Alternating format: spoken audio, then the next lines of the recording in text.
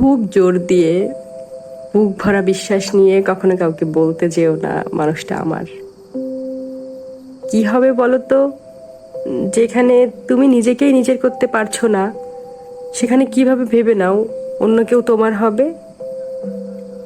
আপন ভেবে সমস্ত মন খারাপে ভাগ বসাবে, যন্ত্রণার কালি ধুয়ে মুছে সাফ করে দিবে, বলতে না পারা কথা বুকে জড়িয়ে শুনবে।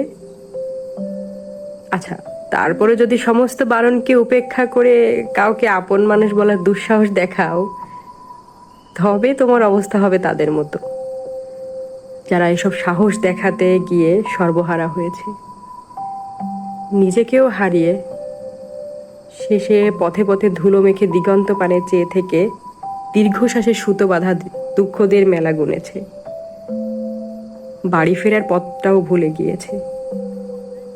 তাই দূর থেকেই দেখো, চোখ ভরে দেখো, মন ভরে তৃপ্ত হও, খুব কাছে গিয়ে আপন বলো না।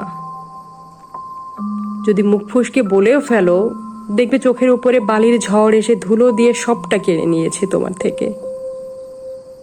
তোমার আর কিচ্ছু থাকবে না, না তুমি আর না অন্য কেউ।